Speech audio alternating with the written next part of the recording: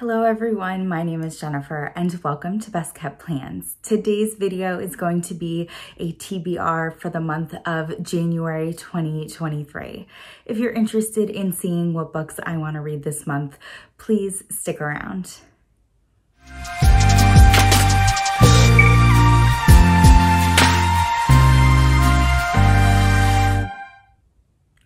As I said in my introduction, today's video is going to be all about the books that I want to read in January 2023.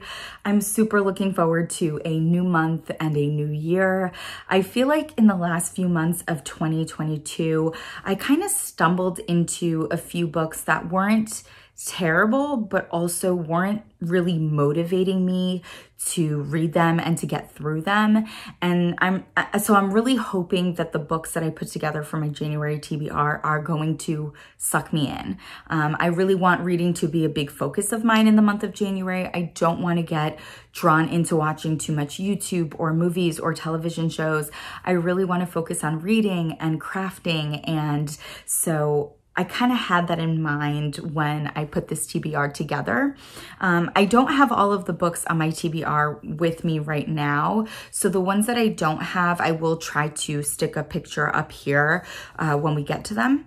I did want to first comment on the reading journal that I'm going to be using in 2023 because I'm really excited about it. So I did film a reading journal flip through, basically to share with you all just the intro pages in my reading journal. I don't think that's going to be posting until later in the month of January. So I did want to give you a little bit of a sneak peek here.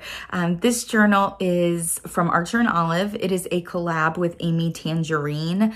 I really fell in love with this cover. I just thought it was so stunning. And when I saw it, I immediately thought it would be perfect for my reading journal for 2023. So I will be referencing this reading journal anytime I do my monthly reading wrap-ups, but I am also going to reference it right now when it comes to talking about my 2023 Instagram challenge. So let's get started. Let's actually talk about the books that I want to read. The first one is a very popular romance. I've seen it a whole bunch of places here on YouTube as well as on Instagram.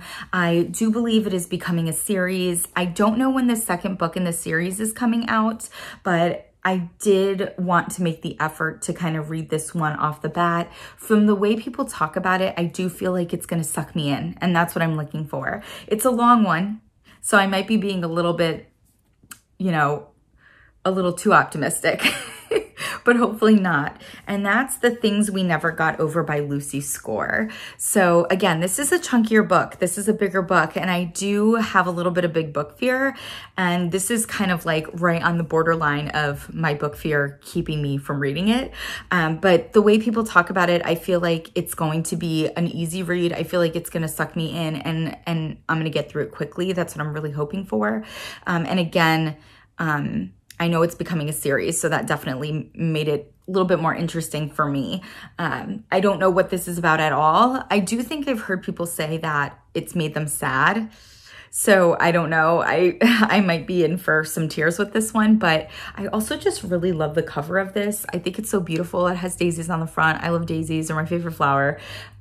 Yellow daisies specifically. But yeah, this has been...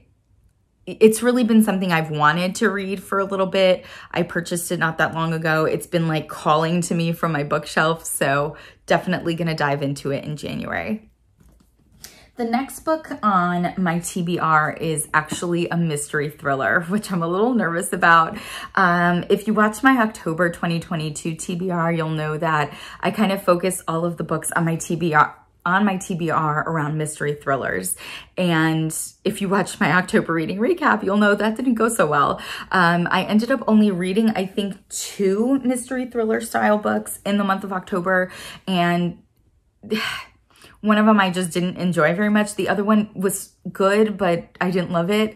So I just felt like I needed to stay away from mystery thriller. But one of my best friends loves mystery thriller, and she has mentioned this book to me several times. multiple times. So I saw it at the store and I was like, I think this is the one that my friend keeps talking to me about. And I verified with her, I was correct. So I picked it up, and that's Then She Was Gone by Jewell. And she says this is actually one of her favorite mystery thriller authors. So I've never read anything by Jewell before. We'll see how I feel about this one. It's not super long, and I will say the cover is absolutely stunning. So hopefully, fingers crossed, it's good and it lives up to the hype. Next, we are gonna dive into another romance situation. I picked these up a few months ago, and I did so because I was really craving a romance series. I do know, or at least I'm pretty sure, that even though this is a series, it's not the same characters in each book, but I'm okay with that. I've seen this a lot on Instagram and YouTube, and people rave about this series. So again, I'm hoping that it sucks me in, that I fall in love with the characters, and then it makes me want to keep reading the series. I only have the first 2 books in the series, and I don't know, I think it's a 5-book series, and I don't know that I'll want to read all 5 right in a row, but we'll see how the first one goes, and I'll kind of determine from there what I end up doing. But this is the Off-Campus series from Elle Kennedy, and I have The Deal, which is the first book in the series, and The Mistake, which is the second book in the series. Again, I don't know what these books are about. I just know they're romance. I know it's a series. Off-Campus is making me assume that they're college kids, but we'll see. We'll see what this is about. We'll see if I end up liking this. I'm really optimistic about this series. The last of the physical books that I actually have with me is one that I picked up in a haul not that long ago, and I know that I talk a lot about the fact that I don't read back covers, and I try to go into books blind. A lot of times that means that I'm picking books based on things I'm seeing on Instagram or YouTube, while also trying to keep them, like, the plot secret from myself. But this one is one where I just saw it at the bookstore and I absolutely fell in love with the cover and the title, and I needed to pick it up. And that is The Magic of Lemon Drop Pie by Rachel Linden. I have never read anything by this author. I don't even know if this is like her first book or if she has several, but how stunning is that cover? Like, it's just so pretty. I couldn't resist it. And because of that, I want to get to it in January and see if it lives up to the hype of the cover. So this is definitely something I want to get to. The last 2 books that we're going to talk about, I don't physically have. The first of which is because it hasn't come out yet. So it's actually a new release. I have a few new releases that are coming out in 2023 that I really have my eye on and know that I want to get to sooner rather than later. And this one is definitely one of them, and that is Final Offer by Lauren Asher. So this is the 3rd book in the Dreamland Billionaire series. I read the first 2 books, The Fine Print and Terms and Conditions. I don't remember what month. Might have been September, and I read them back to back. Now, they're chunky books as well. They're like probably similar in length to Things We Never Got Over. Like, they're chunkier like this, but I flew through them. Like, they sucked me in, and I flew through those 2 books, and I absolutely love them. I rated both of them as 5 stars. I think that, kind of looking back with a little bit more hindsight, I still would rate both of them as 5 stars, but I definitely do like Terms and Conditions a little bit better, which is actually surprising to me because part of what I love so much about The Fine Print was that it took place basically in Disney World. And so it's funny that I like Terms and Conditions better because it doesn't take place in that same location. But I really liked those 2 books, and I'm super excited for the 3rd book. I will say, in terms of the 3 brothers, that's what the series is based off of, 3 different brothers, and each book is about one of the brothers. The 3rd brother, Cal, is the one that I kind of had least interest in when kind of learning a little bit about them in the first book. But I did enjoy him in Terms and Conditions, so I want to be very optimistic that I'm going to like Final Offer.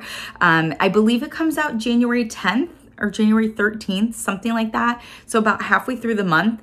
I think it'll kind of depend on where I'm at in terms of like if I'm in the middle of a book the day it comes out, if I'm just finishing a book the day it comes out, whether or not I like start it right away, but I do want to get to it in the month of January. And then the last book that we're going to talk about is my January 2023 pick for my Instagram challenge. So my Instagram challenge, I started it in 2022. I basically asked people on Instagram to give me book recommendations. And so every month of the year, I have one book that I'll read that was recommended to me by someone on Instagram.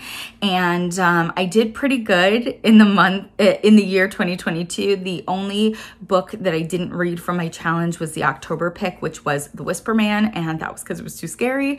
But so I'm really excited. I'm very excited for my Instagram challenge for 2023. I actually don't have books picked out for the entire year yet. I think I have books picked out for like January through April or January through May. Sometimes what people recommend are things I've already read before. So if you do have a recommendation, shoot me a DM on Instagram because I'm always looking for more.